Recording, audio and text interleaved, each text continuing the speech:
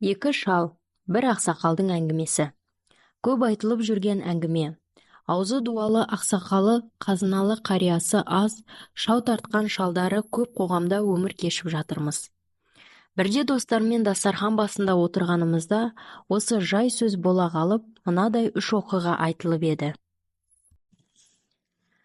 Готовый қамыр. 1900 дегендер аяқталып, 2000 деген цифрға көшкен жылдар екен. Ауылдың шалдары көшеге жиналып, көлеңкелей отырып карта соғады. Анау-мынау әңгімелер айтады. Сөзге үйір бала үлкендерді жағалайды ғой. Бір күні ақын досым үйлердің көше жақ бетіндегі ұзын орындықта келелі кеңес айтып отырған 4-5 қарияға сәлем беріп, қастарына отырыпты. Ассалаулатқан азаматқа бірі саламатсың десе, бірі қалайсың ей, мынау әлгі, деп бір-екеуі ғана уағалейкумәссәләм деп сәлем айтып жатыр дейді.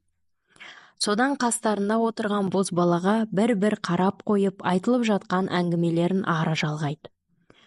Сондағы кеңес мынау екен. Осы күнде готовый қамыр деген шығыпты ғой, әшейін сала салады екен, дейді бірі. Келіндерге рахат болды деш онда. Ой, анау өткенде ермектің құдаясында содан салмады ма готовый қамырдан. Келін қай жылғы екен? Көршіміздің үйінде той болып жатқан. Ет тартып, қай дастарханға қай табақ бару керектігі айтылған соң, тойды бейнекамераға түсіріп жүрген оператор жігіт батаны түсіру үшін бірден ақсақалдар отырған бөлме қайсы деп сәлем бере кіріп, аппаратының көзін туралай қоймай ма? Сонда төрде отырған бір шалдан сұрап жатыр екен дейді. Келін қай жылғы екен деп. Тура сол сәті камераға түсіп қалыпты. Алдарына бас тартып, бата сұраймыз деген қариялардың әңгімесін естіп, біртүрлі болып қалдым. Тым болмаса, қай жақтікі екен деп сұраса бір жөн, қай жылғы екенін қайтпек, деп жалбыршаш оператор жігіттің өзі аржың-ыржың күледі. Қалай келсең, солай кетесің.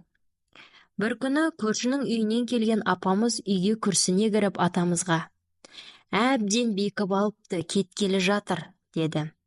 Атам біраз отырды да асықпай қозғалды. Көрші үйге тартты. Апам үн-түнсіз қала берді. Біз баламыз, атамның ізінше әлгі үйге ентігіп кірдім. Көршінің әйелі жылап жүр. Киімдерін жинап жүр. Екі баласын киіндіріп қойыпты. Атам кіріп барғанда сәлем салған келіншек: ата, айтпай-ақ қойыңыз, неге келгеніңізді түсіндім. Мен енді төзе алмаймын, болды, қанша шыдадым. Өздеріңіз көріп біліп отырсыздар, енді мені тоспаңыздар. Кетем дедім, кетем, деп сумкасының аузын сыдырып жатыр. Сонда атам: қарағым, бір ғана сұрағым бар, соған жауап берсең, ары қарай өзің білерсің, деді. Келіншек: ол не сауал, дегендей атама қарады. Осы сен бұл үйге келгенде нешеу едің, деді атам. Келіншек жауап бергісі келмесе де атамнан именіп: бір өзім келдім, деді. Ендеше қалай келсең, солай кетесің. Андағы екеуін шешіндір, руы бөлек, өзге әулетке жәутеңдетпе. Мұнда да ел бар, аштан өлмейді, көштен қалмайды. Өз жұртының ішінде өссін, ата дәстүр солай, деп сөзін салмақтап аяқтады. Сонда не болды дейсіздер ғой?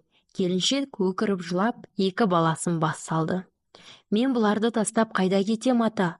Бұлар менің қолқа жүрегім ғой, деп киімдерін киіп, томпиып тұрған екі баласын құшақтап отыра кетті. Жылап отырып екі баласын шешіндіре бастады. Атам: Алла разы болсын айналайын, Алла жарылқайды сені, деп бетін сипады да шығып жүре берді. Кейіннен бір отырыста қазір әже болған сол келіншектің есіне сол оқиғаны түсірдім. Әлде қашан дүниеден өтіп кеткен атама ризашылық айтып, сол екі баланы құшақтап отырған қалпында қалып қойдым ғой, міне, содан әлі отырмын, деп басын шайқап-шайқап қойып, мәз боп күледі. Қайда бұл күнде екі баладан кейін тағы 4 бала тауып, отбасы ордаға айналып үлкен әулет болған. Ол кезде солай еді ғой.